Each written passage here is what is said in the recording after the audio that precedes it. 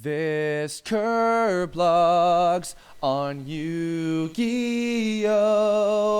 Dark Side of Dimensions. It's also a little late. In fact, I think it's actually about an entire month later than I was originally hoping to get it out on. Unfortunately, that didn't quite happen, but that's okay because we're still here with it. I'm joined by, actually, I was almost going to say the first time in a while, but that's not true because I had him on for Tone Member. I'm just thinking of the last, That's been a while. Yu-Gi-Oh! One that we did that was like 2 years ago. Hi, Martin. Welcome back. Hi, I am back. I am welcome. We're not limited to 20-minute increments anymore, thank God. How are you doing What do you today? mean? Were you limited before? Oh, yeah. No, that's why I was like, okay, we have to keep the Yu-Gi-Oh! Actually, it's funny because this is probably going to be like the expansion of the general Yu-Gi-Oh! Talk that we did from that Kirblog from a couple years ago, because now we're not limited to only 21 minutes, because now I can have Zero Incorporated edit these, which is nice, but nonetheless. Yeah, you were sick when we were originally planning on doing this. Like a day after the movie came out. Yeah. I forget, because I had my birthday happen like shortly after as well, but I started coming down with like a scratchy, throaty thing, phlegmy, throaty, scratchy mouth thing, and it just sucked. It was like I wasn't able to talk very good. I mean, when I told you that I couldn't do it, I was like, oh, this isn't so bad. I'll get over it in a day, and then it took like I think 6-7 days to really get it out of my system. And I felt bad. Yeah, like we like canceled your birthday thing we were gonna do, and I felt really sad. And I was like, oh. Yeah, that was a multitude of reasons for that, but well, because also I got mildly sick for like a day, and then Mariana got like super ultra sick. She like pulled a muscle in her back or something. We're still not entirely sure what happened, but she's still recovering from it. It's really upsetting. I'm sorry. Well, either way. Yeah, I mean, my only sadness from doing this later was because I was hoping we could do it while the movie was in theaters. But that said, I guess just a kind of pretense. Of course, we're going to be dipping into major spoiler territory, which I think is fine because I think the people that want to listen to this like want to know like our full thoughts on the movie in general. And while I think it's safe to say we both have opinions. I probably have far stronger opinions than you do. I will say that just to start off with, I think I can speak for both of us when I say that we're both glad that it got a theatrical release to begin with in the U.S., and not to mention it also seems like it did pretty well. I was seeing, I think it was getting like 7s and 8s for scores from people going to see it, and like the hype has generally been pretty good. So, you know, anything to get more anime and also just more animation in general in theaters is always a good thing. So I'm definitely glad that it you know got the run that it got. That's, you know, because we haven't had a Yu-Gi-Oh movie. Actually, did Bonds Beyond Time have like as wide of a release as this one did? Far as I know, it didn't. As far as I know, it was a slightly more limited release, but it still got for what it was essentially a TV special. It got a pretty good theatrical release, and honestly, I think 4Kids really went all out on trying to make that special, because they added like that whole prologue thing with all the different heroes and their stories, and they tried their best to really set the scene and make it a big like special Yu-Gi-Oh! Experience for people who have followed the franchise. But at the same time, I remember leaving that Bonds Beyond Time screening being like, well, that was a thing. I wasn't. I was excited to see the characters on the screen, but there wasn't much content in it. Right. Yeah. It was a jaunt, much like this one, which we'll get into, of course. Like, it was a fun ride. And it's interesting too because the first Yu-Gi-Oh! Theatrical movie, at least that we got in the U.S., which was partially, as you told the story many times, kind of in tandem with the origin point of Yu-Gi-Oh! Abridged. That was, I think, for a while, it might still be within the top 10 highest-grossing anime movies that have played in the U.S. That's because it was just right at the peak of Yu-Gi-Oh's popularity in the West. Like, yeah, I don't think that says anything for the quality of that movie, because I think that movie is terrible. Yeah. But it's really bad. But I think they caught the wave. They were at the very top of the mountain, and they were like, let's take advantage of this, and wisely. From a business standpoint, it was a very wise decision. For sure, yeah, and I am, I would definitely say that I think that overall this one was probably the best of the past three Yu-Gi-Oh movies that we've gotten. I mean, I've never seen the original, I guess the quote unquote season 0 movie that we've never gotten. That was just about like Yugi and it's not even Kaiba a movie. It's not even a Gary movie. Stu Kid or whatever. But of these three, I would definitely say Dark Side of Dimensions. All of my own shit aside, I think was definitely the coolest, best experience and overall best of between it and Bonds Beyond Time and Pyramid of Light. So I guess where do we start? Even like, I'm not even sure where to begin with it. I mean, I think we should start where the movie does with Kaiba, because Kaiba is a very strong presence in this film. I think anybody who has any complaints, and it sounds like you have a few complaints on your side, can't deny that Kaiba was a very entertaining, and not just entertaining, but I think he was a strong driving force within the movie, and he was a really interesting perspective to see things from, because a lot like when talking about like the Pyramid of Light movie, the one with Anubis, and Kaiba's like, I've got to beat Yugi, Pegasus, can I have that card? And that's the plot. That there's not much to it. It's just cliche Yu-Gi-Oh stuff. But Kaiba in this movie, and I know it's a strange place to start off, given that it is a movie about different things happening, about Yugi dealing with losing Atem, the Pharaoh. It's set 6 months after the main. Actually, one thing we should say before we go anywhere else is that it's not really based on the anime. It's That's based right, on the actually, manga. Yeah. And granted, I know that there are, relatively like few differences that I think. I mean, like we went with, actually also mentioning in tandem with this, we went with a big group of people, a whole bunch of friends of ours, a bunch of which had only seen the anime. I think as we discussed after we went to dinner afterward. I mean, I knew like for instance something as simple as like Duke Devlin's dad, who's the fucking clown guy. Makes a little appearance, and Bakura's backstory is relatively different as well, which we'll get to that later too. But I think overall it seems like most people seem to get that it's like they get the characters and the story for what it is, even with those minor differences compared to the liberties that the anime, specifically the Duel Monsters anime took. Compared to the original story. But I mean, nonetheless, it's easy to gloss over the details. The few sparse details that are different in the anime compared to the manga, the few details that are important enough were barely even a factor when you watched especially the dubbed version of the anime. But like with Kaiba, the way this movie starts is Kaiba is in this space station that he's built that is designed to look like the Kaiba Corp logo, and he's looking over the planet. He is, in all intents and purposes, this movie presents you with Kaiba as God.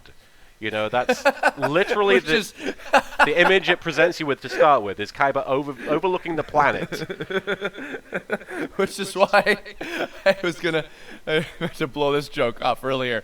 And I was like, this Kirblog is called Kaiba-Oh, the dank Seto of Kaiba mentions. It's fucking, this was Kaiba the movie. There is absolutely no denying 100%. This is a fucking Seto Kaiba movie. Like, more than has ever been before. I mean, he was not in Bonds Beyond Time at all, I think. No. But Pyramid of Light was definitely, I think, had some similarities, and even to an extent, the Season 0 movie that we've never gotten over here was many of these have been distinctly about the Yugi versus Kaiba, never-ending feud between these two characters, which I think, especially for the whole idea of, because actually, what's kind of cool about this is that this is a continuing trend in the last several years now of a lot of, particularly with Shonen Jump, actually, where they have the creator of the series, if not like very heavily involved. Sometimes even they'll be like writing or directing the movie itself. They've done this with the One Piece movie, which me and Mike and Steve reviewed recently, which was fantastic. One Piece Film Gold was awesome. The last couple Dragon Ball Z movies, the last several Naruto movies, all the Bleach movies, I believe, had the creator involved. A lot of stuff like that has been a major trend. So the fact that they had Takahashi like joining in to like be very. I don't know like how directly involved he was in terms of story. I know he did the character designs, but the fact that that was happening was very cool, and the fact that they were setting it as like this is a big deal. Like this is the first like completely new story with these characters after that's something that's fleshed out. Because like I know it was kind of debatable as to whether or not the point at which Yugi shows up in Bonds Beyond Time, when exactly that was. I mean, it had to have been before the end because Yami was still part of him, for one thing. But yeah, I mean, the fact that they chose what was meant to be the Yugi versus Kaiba, like feud, I think was a good idea. I think, unfortunately, there were, and actually now you reminded me of how bad the Anubis movie was, similar things, I think, unfortunately, kind of brought down what could have been the absolute main focus. But we'll get to the invaders a little later. Yeah, Kaiba, my God, Jesus H Seto Kaiba Christ, the film. It's incredible. It really is incredible the lengths to which they took Kaiba in this movie. This is set 6 months after the manga, and Kaiba has demonstrated that he has very strong grasp of technology. He's constantly inventing these new tech ideas that are changing the world of gaming. But they take it to such an extreme in this film immediately because he apparently has surveillance everywhere on the planet to the point that he knows when a certain character has moved from one location to another location within a matter of seconds. He has created this new hard light hologram technology, which is similar to the stuff that they're using in Arc 5, the most recent Yu-Gi-Oh spin-off, where he's able to actually create an entire, alter reality. He essentially talks about being able to alter reality. In fact, going back to the God comparison, which is very important in this movie, I want to stress that for those of you who may have seen it already, you'll have noticed that there are themes, especially with him, about being able to control reality and being God. He literally has a line where he says, "This reality is flawed, and I would fire whoever would designed it." So fuck you, God. He's threatening to fire God. He thinks God did a bad job. And it's brilliant. It's brilliant when you take it in context with his character, because in this movie, his story is someone who is refusing to believe that somebody has died, and he is unable to defeat them. And defeat with Kaiba is a very intimate thing. It's how he proves that he's worthy, is he defeats them. And there's only one person that he's been unable to defeat unequivocally, and that's Yami Yugi, the Pharaoh. Through Yugi for the most part, but in this movie, Atem, the Pharaoh, has gone, and he's unable to reclaim him, to the point that he creates a whole duel out of his new hologram technology, where he's dueling Atem, the Pharaoh, and they present it like it's a real thing that's happening, but then at the end of the duel, Kaiba wins, and it's a hollow victory, because you see the hologram force fields sort of disappear and into the ether, and he's just stood in an empty room. And all his employees come in and tell him, "Well done, sir, you did a great job." And he's like, "It's not good enough, it's not the real guy." This whole movie is full of themes of Kaiba being unable to relinquish the fact that there are things he cannot control. And it's really fascinating, just from what is a character study within the context of a Yu-Gi-Oh movie. It's really involving, and in my opinion, there should have been a lot more of it. But what is there is actually really compelling, because Kaiba is such a strong, very self-assured character, and there's the stuff I'm going to talk about later in relation to the new villain that they introduce. He's such a strong, self-assured character that to see him unable to deal with losing something that is very important to him in his own way is just fast. It's compelling. It's involving, and it's something we haven't seen, and something I definitely didn't expect from Yu-Gi-Oh! The movie. For sure, and actually, it's kind of interesting when you think about it. One of the things that I was actually very happy about, even though he is one of my favorite characters, is I was glad with the couple minor things that I learned, I think actually from you first and foremost, about the movie, is that Atem is basically not in it. Obviously, of course, he has the hologram duel, which is just that's not real. Yeah. And again, going to spoilers, he has a non-speaking cameo at the very, very, very end.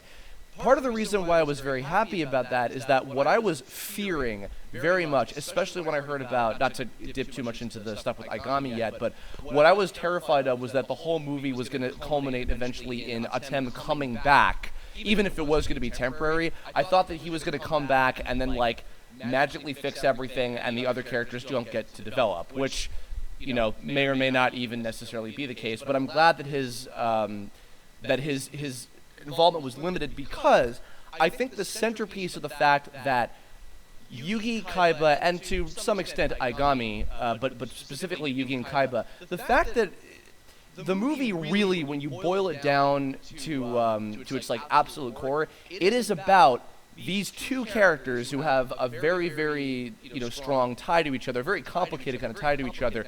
It's them both not being able to let go in different ways for very different different reasons, not able to let go of this character that is gone and basically dead, and has technically always been dead in a way.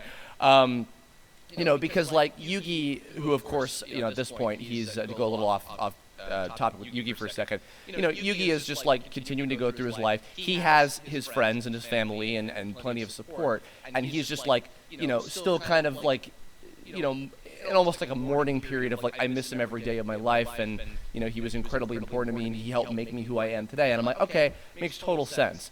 And with Kaiba's side of things is he is utterly fucking obsessed, because he never, without basically having to go to extreme measures like in Duelist Kingdom, he never beat Yami. He never beat Atem once in the entire series. And he can never fucking let that go. And I mean, it's the equivalent for him. It's the equivalent for him of never being able to say to someone, I love you. That's his equivalent.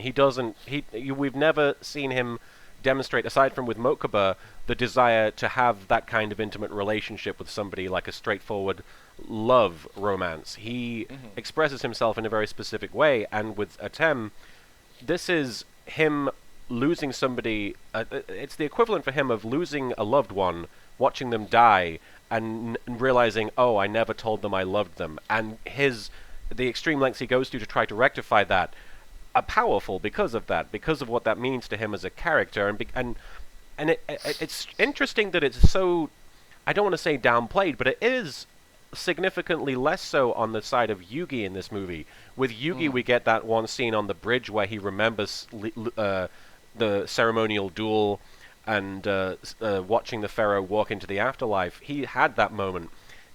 Interestingly enough, this is one more important thing that is different in the manga than is in the anime. Kaiba wasn't there in the manga. Kaiba didn't get to see him leave, which is why that's an important distinction, because Kaiba didn't get to even literally physically say goodbye to him.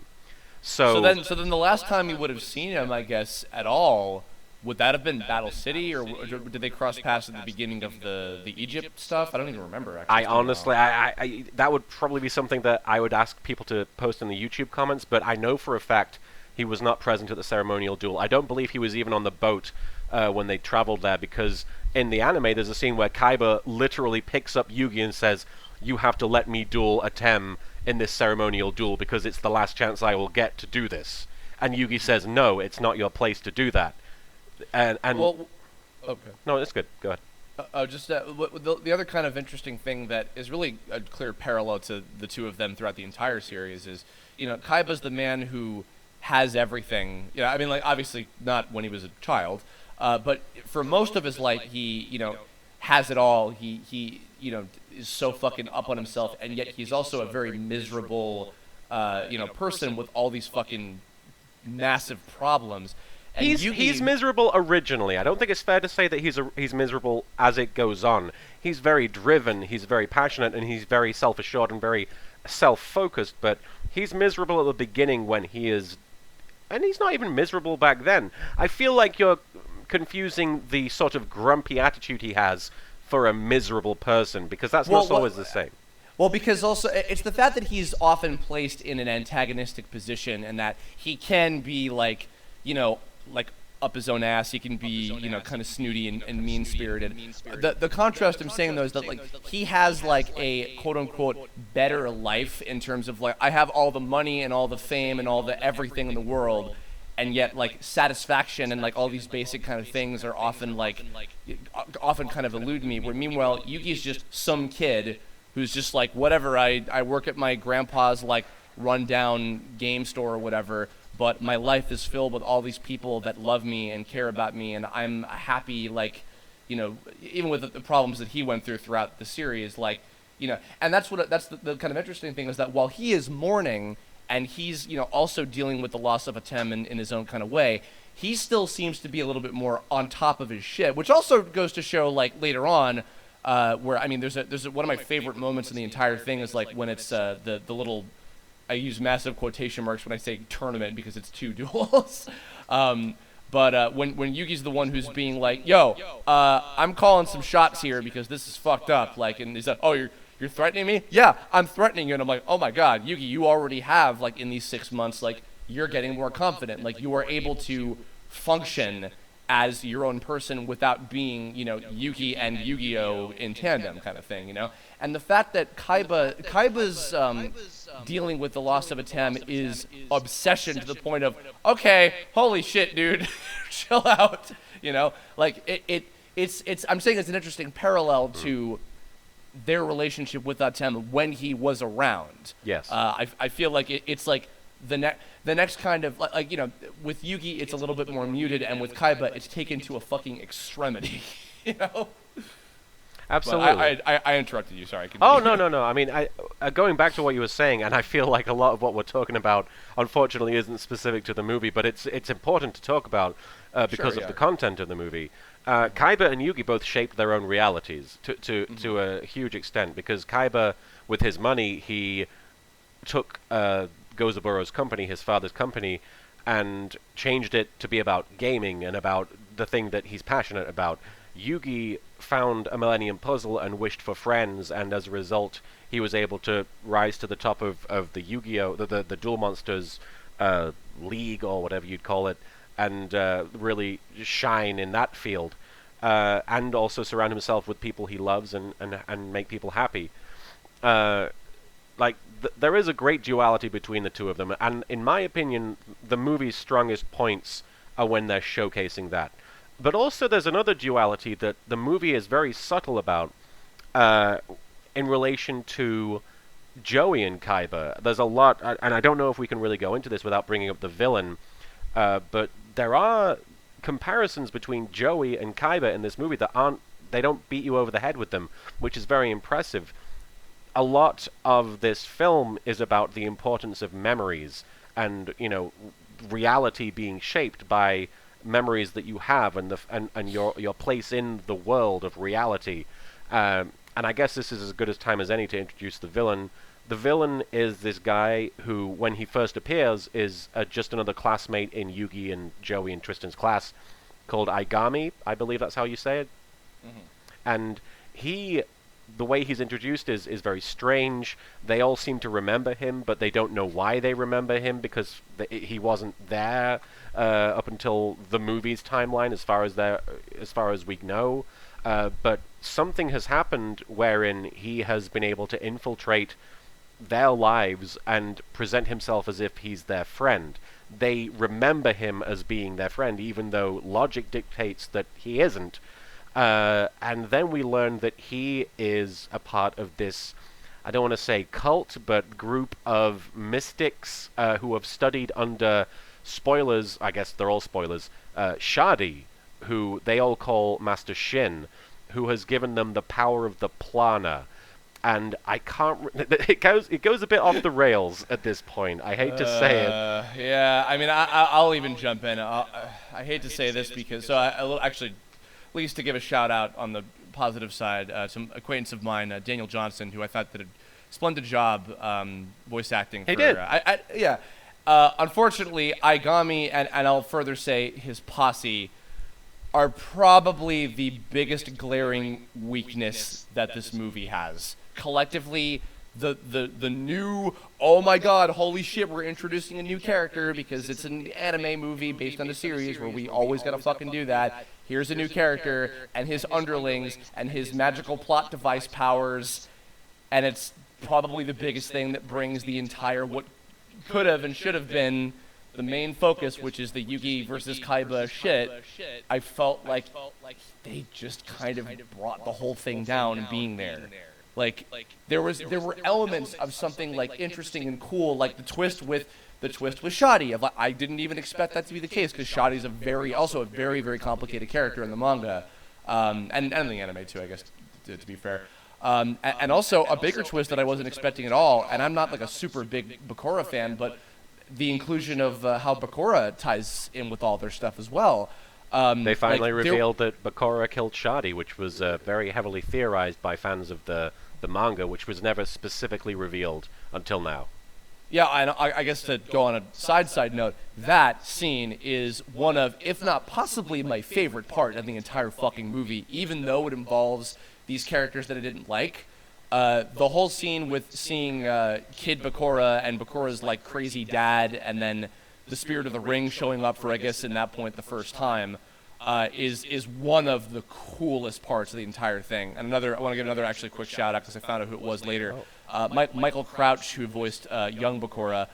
I'm gonna burn this bridge. Sorry if Ted Lewis ever hears this. Literally, that one scene of Michael Crouch playing Kid Bakura, I was like, wow, that was to me a better performance than I have ever heard of regular Bakura in the entire series. Like, I was like, holy shit, that was terrifying and scary, and holy shit, wow, my god, that was powerful. So I really liked that scene a lot. To give that some credit. It was very impressive. The thing I think that it's important to state is that by itself, I don't think that the Plana guys, I forget if that's what they're called or if that's just their power. Yeah. The Plana, the plot device brigade. The Plana posse, they were not by themselves bad, but the way they were utilized was pretty underwhelming. The problem was that they showed far too many flashbacks with these guys. I feel that if you'd narrowed it down to just one flashback with Aigami and that Sarah girl, and then the flashback of Shadi's death, I think that would have been enough for you to understand. But the problem is he keeps flashing back and he keeps doing this enigmatic villain thing where he keeps on harping on about his power and its origins. And going back to what I was saying before, his power and his role in the movie is thematically very, very accurate. It's very adept. It's very important because it's about changing reality. I forget what the cube is. A lot of people have jokingly called it the Tesseract.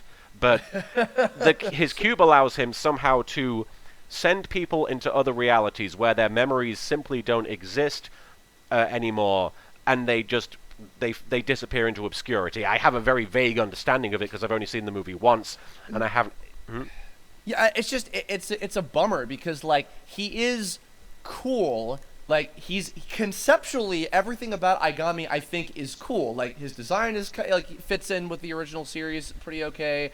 All of his monsters are fucking badass. He basically kind of has, like, a souped-up, like, psychotic version of, like, a lot of Pegasus's, like, eyeball, like the late Pegasus duel with, like, Relinquished. They're basically, all of his monsters are, like, mega god versions, like, death god versions of, like, Relinquished and Thousand Eyes Restrict or whatever. Like, his cube thing is cool, like, but it's his actual inclusion and how he fits into the scope of the whole thing that just falls short. Like, just so much about it is like, this is like weird and unnecessary and like very strangely executed, and it's like inconsistent. It's very inconsistent, and that's the problem, is that when he's introduced, they're acting like they've known him for a long time, and this is part of the mystery, but then when he sends other people into different dimensions and erases them and their memories or whatever it is, we remember these characters, and he is...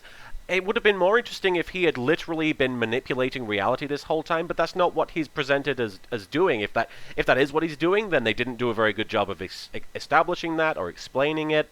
I will say, though, that his power leads to possibly my favorite moment of the movie, and it's a moment that we all laughed at when we saw it, because I don't think we understood what was happening.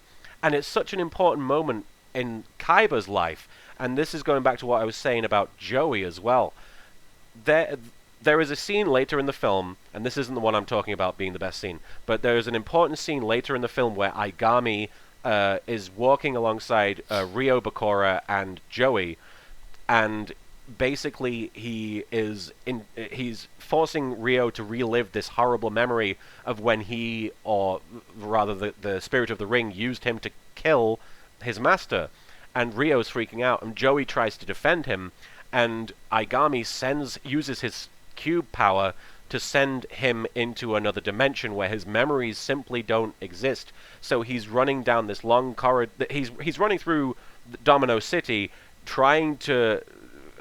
I guess he's running through his memories, and they're all slowly fading. And as a result, he is fading too.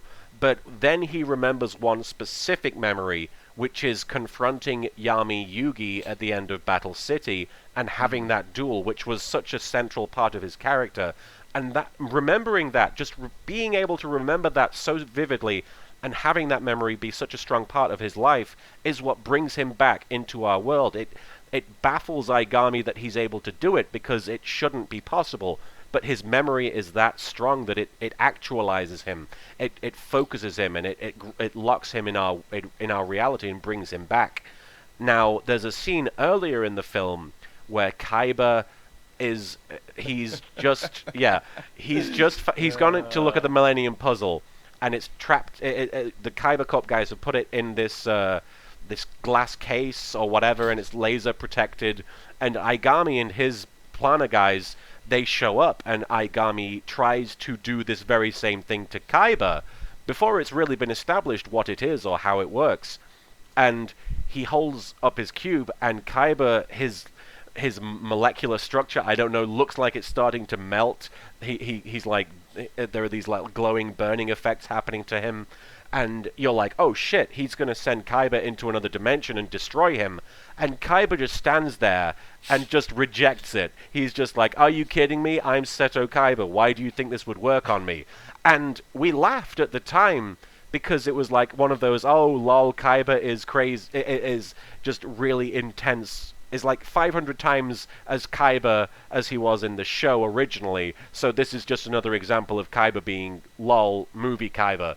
But when you think of it, his memory, not only his memories, but his idea, his perception of who he is and how important he is in his reality, his concept of self, his self-assurance is so strong that it does nothing to him.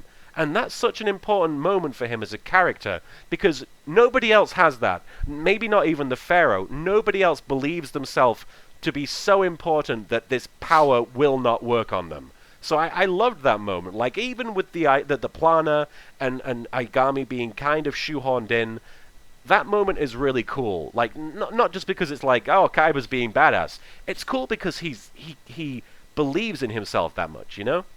No, fully. And actually, to kind of play devil's advocate, so there are two it's a shame things. The first thing, to go back to the earlier bit about with both those scenes involving Aigami, reminds me again of like, oh, conceptually, like, there's stuff about this that is so cool that like seemed like it was so close to like, yeah, this is executed really well, etc. A bit of what was kind of bringing down the bit with Joey, which I agree was a great scene, was this added layer on top of, also, by the way, he has a friend, and his friend is also, like, pissed off and shit, and he's also a dick for other weird motivational reasons, and their motivations are both kind of all over the place, and this is muddying what could have, like for instance, if Aigami was the one new character, like major character, they were like the bullies or whatever in the beginning scene, who gives a fuck. Like in terms of like the plot-centric characters, if Aigami was the one, I feel like he would have worked a lot better, but because he had fucking like Mani and Sarah like with him, I'm just like, you don't need like, I don't know, like what, you just try like selling more toys or making more cards or whatever, it's like they're unnecessary. And they're just like bringing down and overcomplicating this thing that like could have been like really, really cool and really well executed, and it was just like distracting, you know. And then the second thing, I'm gonna get to this now, and at first I was actually thinking about not talking about this at all, but now actually that I know for a fact that they have confirmed, and I actually will applaud 4Kids before 4K that is, before I take a little bit of the piss out of them. As far as I have been told, they are actually including the Japanese track with subtitles on the official release in the U.S., which is fantastic, and I will absolutely be picking up a copy of it. I recommend everybody do I'll say that at the end again as well, because I do want people to pick this up. I would like to see this movie in Japanese, because... And I don't really know what else I was expecting, I guess, at this point, because this has just kind of been par for the course for them the last however many years they've been doing this. But it was very, very clear throughout many, many, many times, especially with Kaiba, and this was one of the biggest points of contention with me, the fact that everybody in the audience, including us and our friends, and while this was entertaining, and it's why we had a good time, we were laughing our asses off at virtually every other thing that Kaiba was saying, and as funny and entertaining as that was, I feel like, unfortunately, a major part of that was because I felt like the people who wrote the dub script for this movie went a little overboard with making Kaiba ironically funny, because I'm sorry to make this fucking comparison, but I was having flashbacks to Brandon, if you ever hear this, love you, sorry. Vegeta 3986's writing of because I'm insert name of character, that's why. It's because I'm Raditz, because I'm whatever from Naruto or Bridge. That's what it was fucking making me think of how is it that you're able to blah blah blah? Because I'm Kaiba, bitch. I'm ha ha ha ha. Okay, that's great. This is completely taking me out of the fucking story that I'm supposed to be invested in. And there were so many moments like that where and on one hand it's haha, that's funny. And I don't know if the intention was because we don't know if anybody's going to be able to take this seriously, so we'll just make it funny. Or if I don't know. I don't know what the intention was, but the fact that we were laughing, I feel like that wasn't what the intention was supposed to be, and that's part of why I'm about the whole thing with Kaiba's execution. But because of the fact that I think that is very much a dubism, that's why I would really like to see this in Japanese. And I'm usually not like that about anime. I don't want to fucking be oh, Japanese only. You know that I love dubs. And I do have a soft spot for the Yu-Gi-Oh! Dub as it is, warts and all. But that was something, because of the fact that Kaiba was such a major it was supposed to be a major driving part of this movie, and I felt like that was really heavily interfering with it in a way that I don't think was a good thing most of the time. That's why I was about it, I don't know. I don't know if that's me being too unfair, but that's how I felt as we were watching it, and I was haha, I was laughing along with the rest of our friend group, but internally I'm I probably shouldn't be laughing at this part, I don't know. That was very long. Sorry. No, it's fine. I mean, I reins away from me. I think that your recollection of that is very much. I think that your experience with that is very much tailored to the group experience that we were having. I didn't hear that many people laughing in the theater except for us, but we went as a group and we went to be let's go watch the Yu-Gi-Oh movie. And some of us were more interested in the story than others. I didn't laugh nearly as much as the rest of you. I'll be honest. Right. And I don't believe the rest of the audience was really laughing at all. I mean, ultimately, I'm very glad that we're going to get the option to watch the Japanese, and I don't think you're being, down on the movie. I think you're just being critical, and that's the point of talking about this, is to point out flaws and talk about it with a critical eye and with a passionate eye. Personally, I was very happy with the dub. That was exactly what I wanted it to be.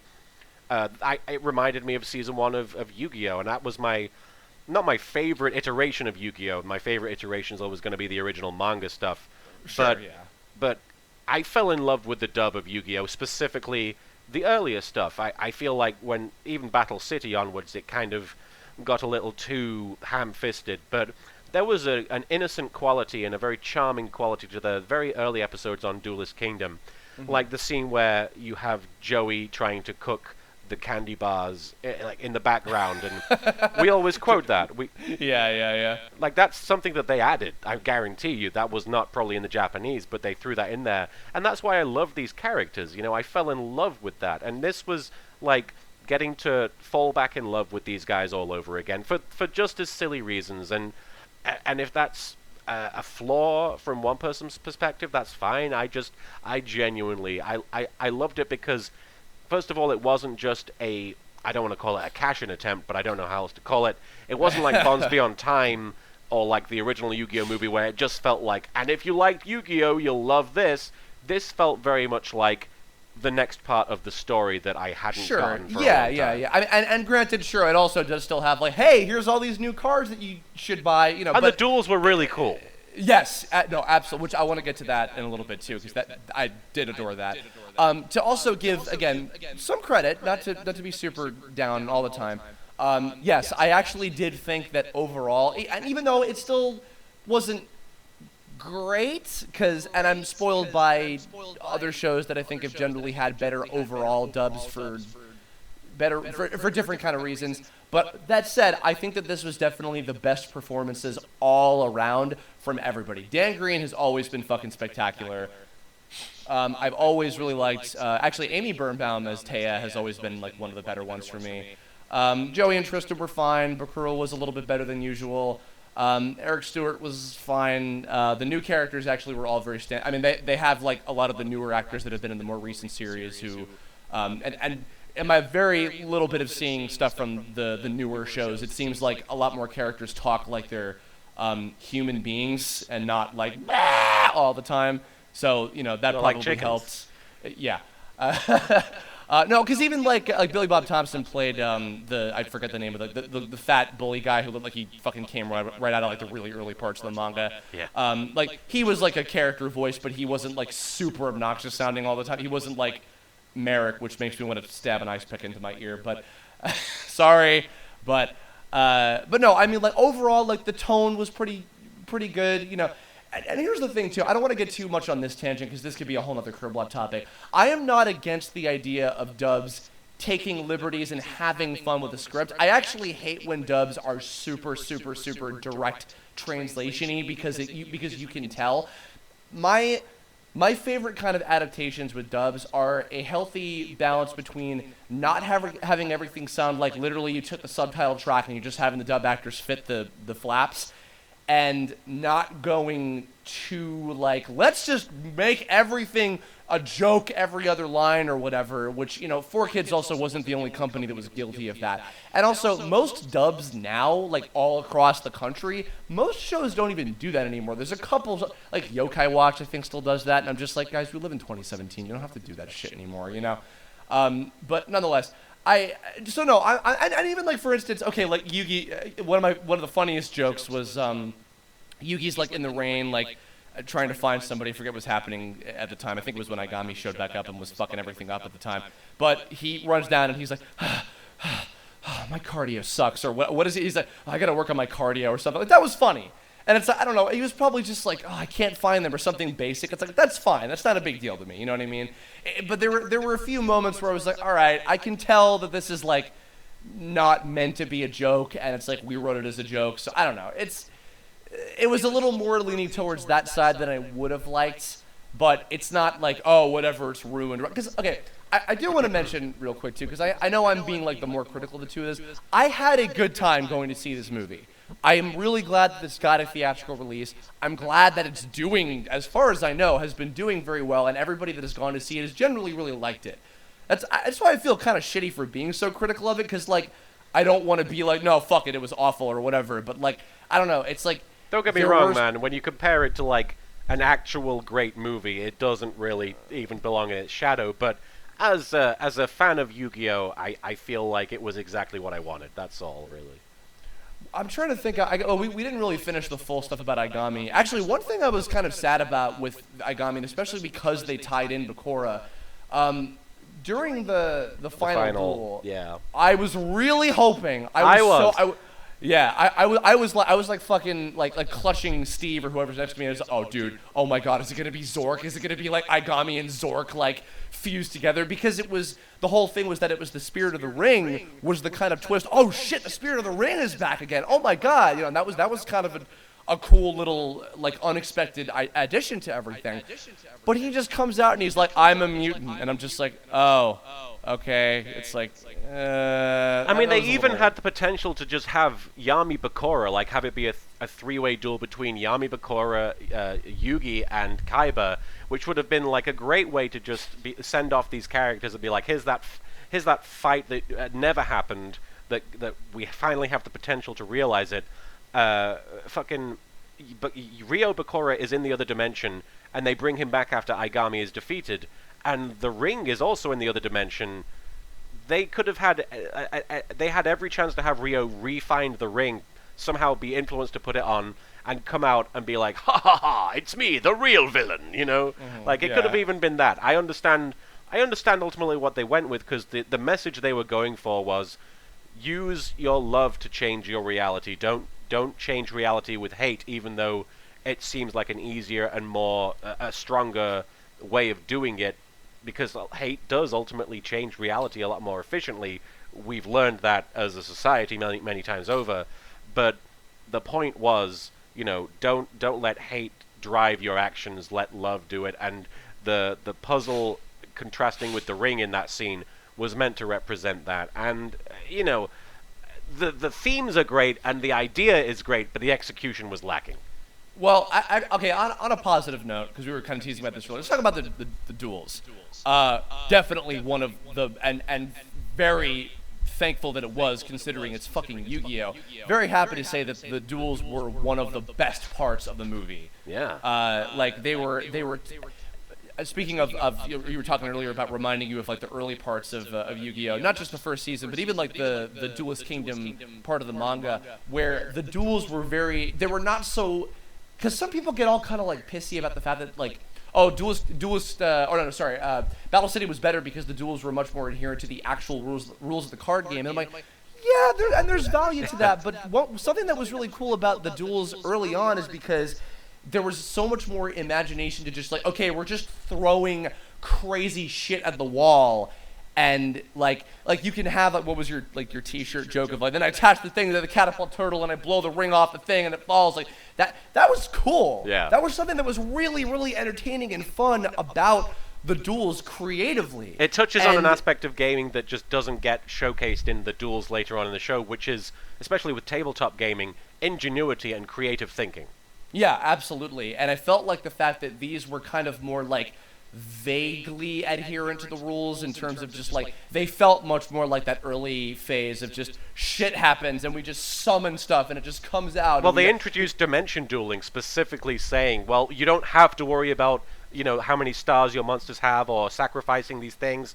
Just do this stuff, and that's really, it's freeing for the writers of the movie, but it also provides for much cooler scenarios using those monsters within the context of the movie. Absolutely, and thus far, I would say probably the best use of CG, especially for the monster characters.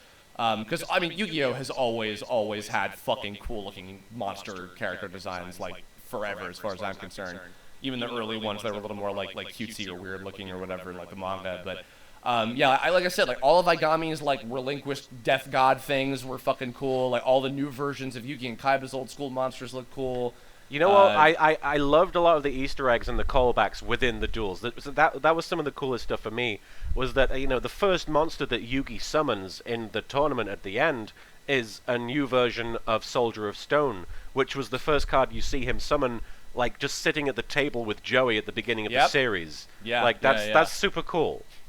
I think actually Mike Lucas's favorite moment that he was laughing unironically towards because it was so fucking cool and well timed was probably my favorite like new monster, just for like the effects was cool, the design was cool, the use of it was cool, the like fortress, like the giant fortress monster that had like a defensive actual castle mode and then like a battle mode, and it just like crushes like one of Kaiba's dragons or something in one hit. And that was the biggest laugh I heard from Mike, who was sitting a couple chairs down from me, and I was like, that was pretty fucking cool. That was a good like well-deserved like badass moment for Yugi when he so rarely, as regular Yugi, gets to have those.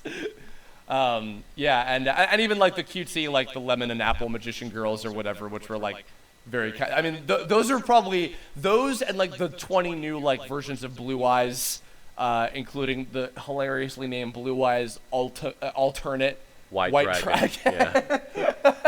Like, even though those were like more on the kind of silly side, like they were still really fucking cool. So it was good to see those in there. It was just nice to see new monsters at the end of the day, because like you go see, I mean, Pyramid of Light had a couple of new ones, and Bonds Beyond Time, for the most part, we were just like, oh, and there's the Dark Magician, yeah, and there's the not Blue Eyes, the all the monsters that these characters have that we already know about. Yeah, they're together, they're using them together. But this movie went out of his way to be like, here's a new Kuriboh, here's a new version of this, here's a new version of that, and here's a new monster, here's completely different monsters. It was like, if you're a fan of just the dual monsters aspect of the show, then it was just a joy.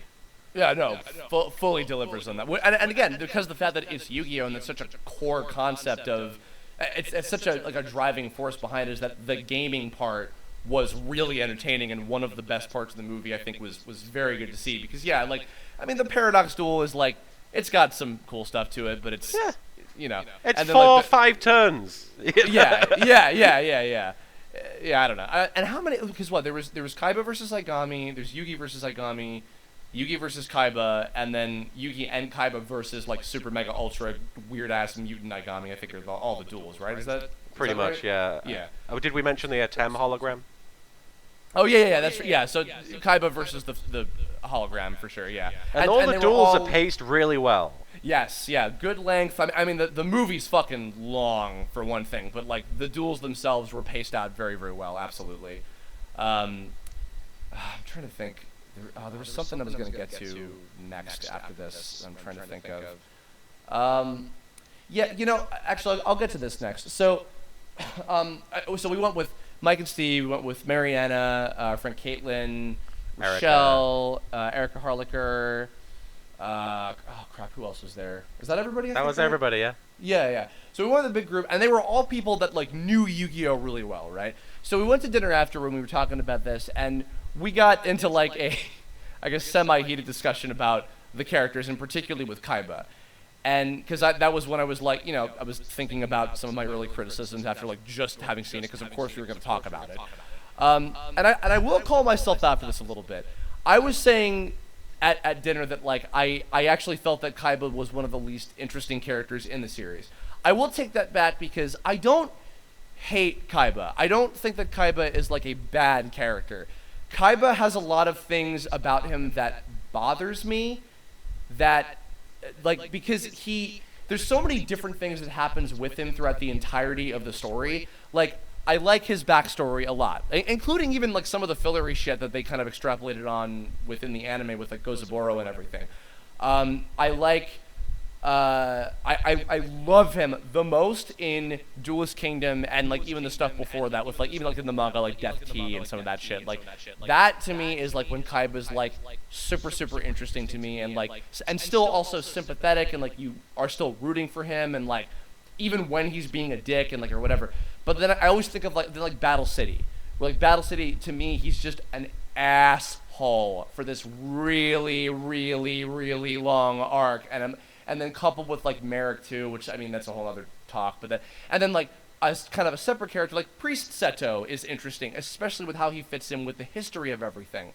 You know, but I don't know, like Kaiba in this movie, one because of the kind of like, okay, I'm not supposed to be laughing at everything you do, coupled with the other bad guys kind of interfering with what because what you and I were saying, I think shortly after that was, and not to speak for you, but if I'm remembering right, what we kind of wished was that it was just about Yugi versus Kaiba, and Kaiba was even if he wasn't the villain, if he was the antagonist of this movie, and there was no Aigami and no Plana guys, and maybe not even the Yami Bakura stuff, as cool as some of that stuff with all those different characters were. If the movie just focused entirely on the duality between the feud of Yugi and Kaiba, them getting over a Tem, and his whole shit, I feel like I would have been far less like, Jesus fucking Christ, Kaiba, shut up, in this entire thing, But so much of that stuff was bringing down, and it was just reminding me of like, you're a dick, shut up, Like, I don't know. I understand. So I mean, I ultimately feel differently just because I love Kaiba. I think he's one of the strongest characters in the show, and I think it's the difference between liking Dot Hack and liking Tome. I hate to use that comparison, but one is like Yugi is about the fun of the game and about friendship and about adventure, and Kaiba's just like, I need to be the best and that's it, basically. So it's like that's the. I feel like you might gravitate towards him a bit more if he was less just very clinical and very cold about what he's doing. Like he is very. No, that's the thing is, okay, here's the thing too. Speaking of which, fucking Yugi and Kaiba are inspirations for the dynamic between fucking Alpha and Zeto. Yeah. Like full on. Like I would never deny that. So like. Yeah. You know, it's not even to say that like I think Kaiba's a bad character. That's why like I'm outing myself, because I think that I think I probably said stuff that I didn't mean to say, or like said the wrong way or whatever when we were at dinner that night.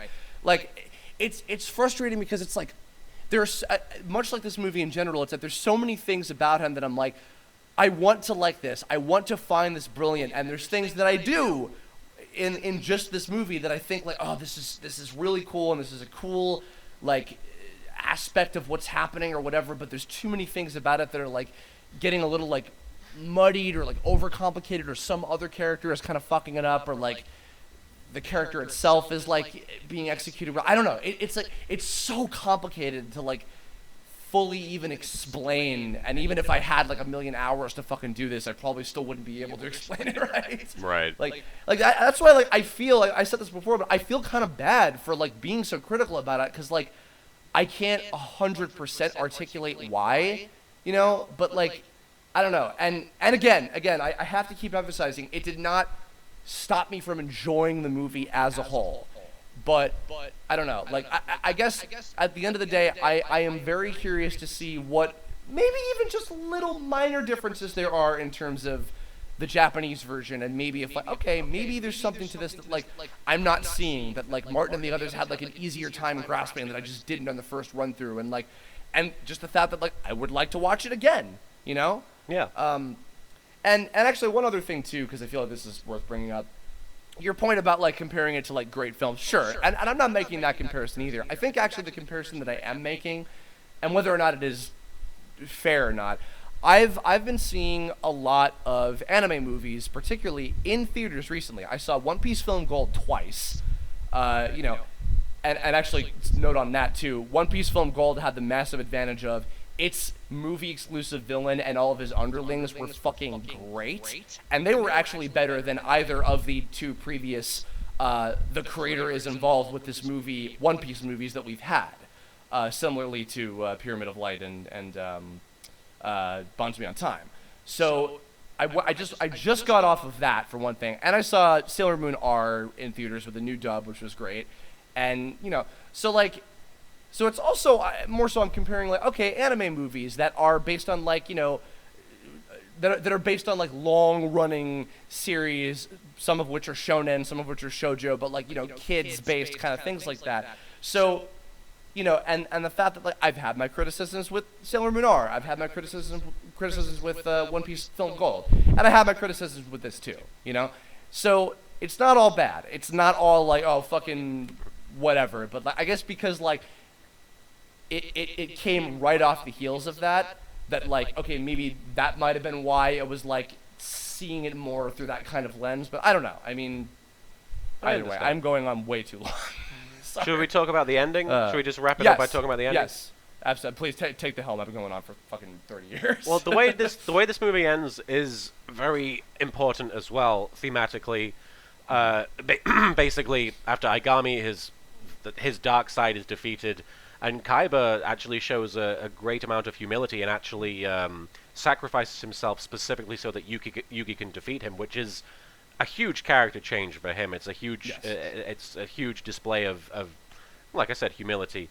And then Atem returns at the very last moment in the duel for the last turn, and like Yugi collapses, and then Atem appears, and it's a beautifully animated moment where it's like gold. He's like on fire or something, and he just appears and summons Dark Magician Mahad and destroys Aigami. And Yugi and Atem have this moment where they have an opportunity to speak, but they don't. They're silent. They just acknowledge each other, which is it's really cool for Yugi because it means that it's an unspoken thing where both are saying we have moved on and we have given each other the strength that we needed, but there is no need. I don't need you in my life anymore. It would be improper to have you around, and he lets Atem go back to rest. And then all of the Yu-Gi-Oh characters are shown, like Taya, Joey, Tristan. They're shown graduating from high school, and Yugi gives the speech at the end, and then Taya flies off. And I saw you out the corner of my eye. You were holding your hand up as if to be like, "Goodbye, potential ship that I shipped." Yeah, no, I remember my comment was, and spoiler, sorry everybody, it was like, I almost, if this were like 10 years ago and I were more obnoxious, I would have been like, you know, at least Ash got a fucking kiss. And I know, and you know what, to be fair to you, I know, like, you probably want to keep some of that stuff left up to the imagination, and who knows, maybe that'll even be left up to if they do more Yu-Gi-Oh movies, which very well might happen, who the fuck knows, but that was one thing where I was just like, god damn it, come on guys. But then at the very end, Kaiba uses Aigami's dimensional changing technology or powers. He combines magic with science to create. It's up for debate exactly what he does, but the general consensus is that he breaks into the afterlife using magic and science to challenge the Pharaoh one-on-one in his afterlife reality in ancient Egypt, in heaven, basically, where he's with all of his loved ones and he's back in his element. And this echoes the moment at the end of Battle City, where it directly echoes visually and thematically the moment where Joey and Yami silently meet and face off and get their duel discs ready and stand looking at each other, and then cut to black, and that's the end of it.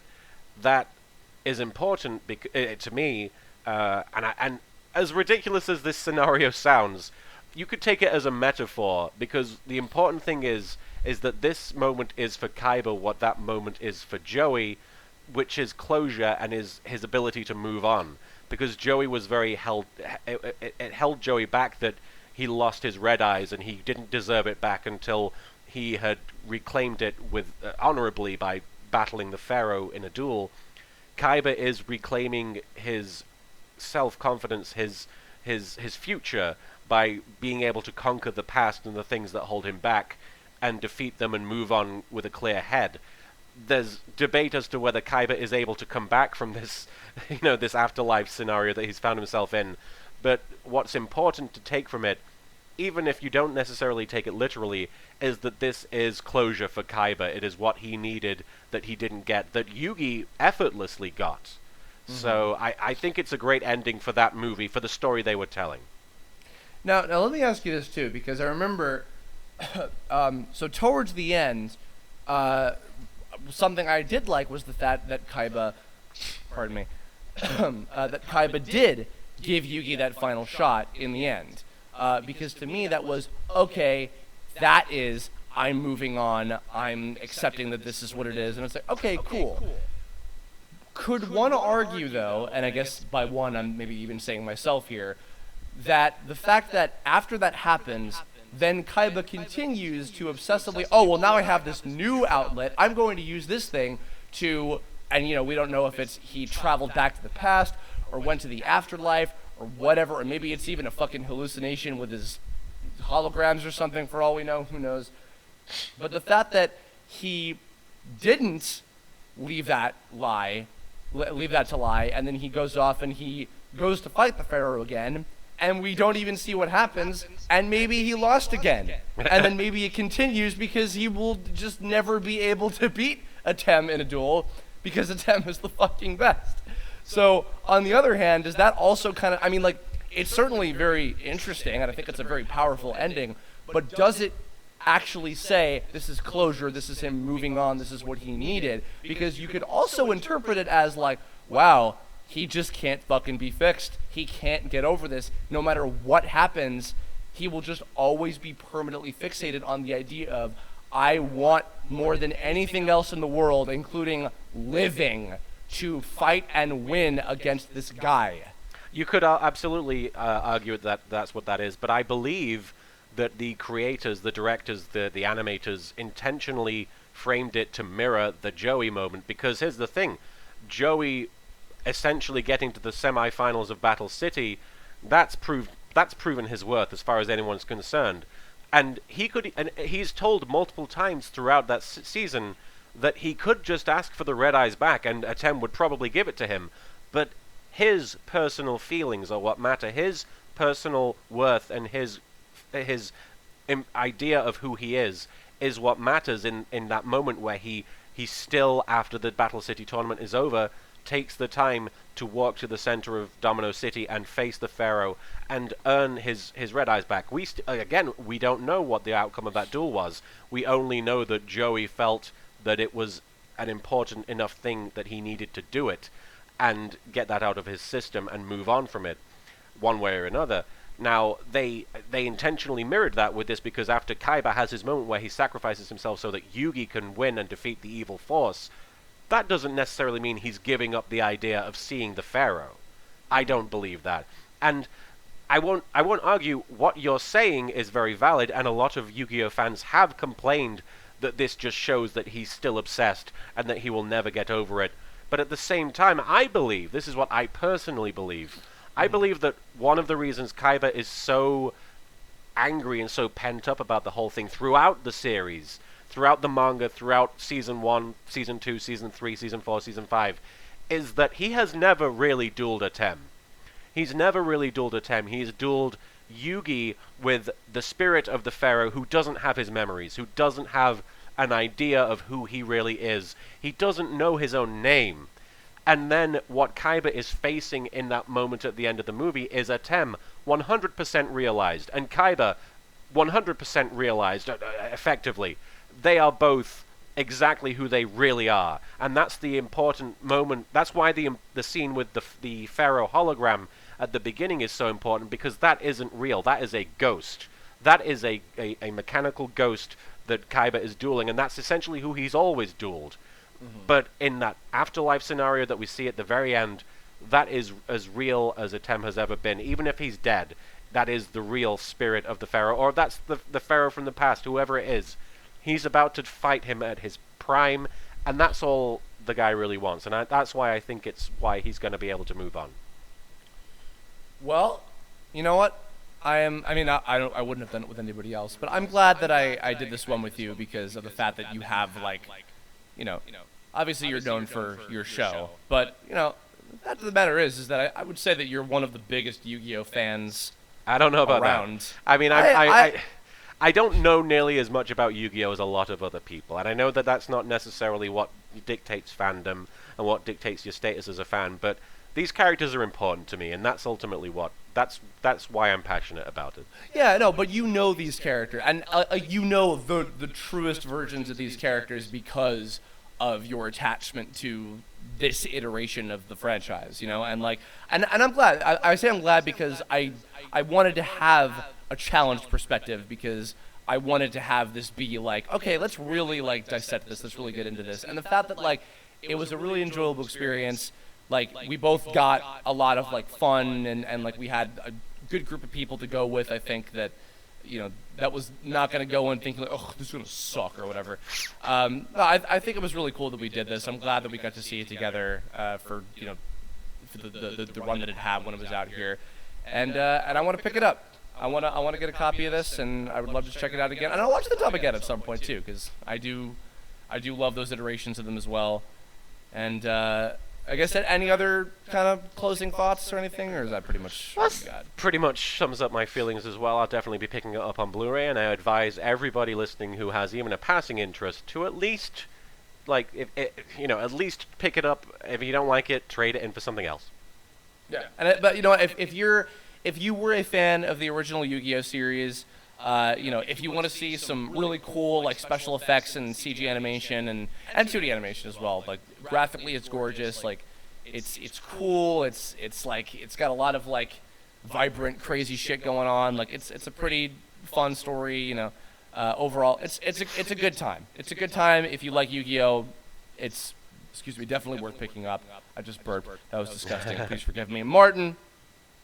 Thank you for joining. This is great. Would you actually? This is perfect timing also because we're recording this almost a week ahead of when this is going to come out, but still fresh out the presses. We got a new Yu-Gi-Oh! Abridged episode. One in particular I've been waiting to see you do for a very long time. It's one I've been waiting to do for a long time. Do you want to talk a little bit about it? I mean, I don't really have time. I actually have to go get dinner ready, unfortunately. But okay, that's no problem. Maybe we can do another one of these. Well, no problem. Well, go check out Martin's channel. What's the episode called again? New episode is Yu-Gi-Oh! Abridged episode 73. It's inspired by the Billy Crystal, Danny DeVito movie Throw Mama from the Train. It's called Throw Haga from the Train. Off the train. Featuring, finally, after all these years, you get to hear Martin's actual very good impression of Weevil. Monstacado! I was going to say Weevil, but yes, that too, which made me very fucking happy. Hanase! That said, yeah, go check that out. Go check out Martin's channel in general. He does lots of great stuff. Check out his Patreon as well. Do that shit.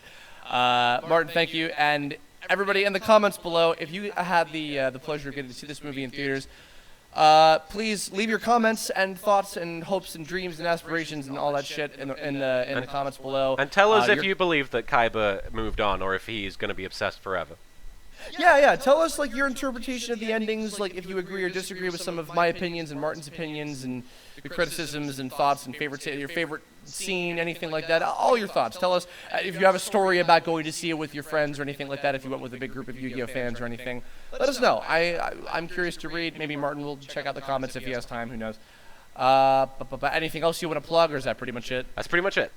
Okay, cool. All right. Well, thank you. We'll see you next time. And what's an inspiring Yu-Gi-Oh quote? Believe in the heart of the cards. Believe in the heart of the bye.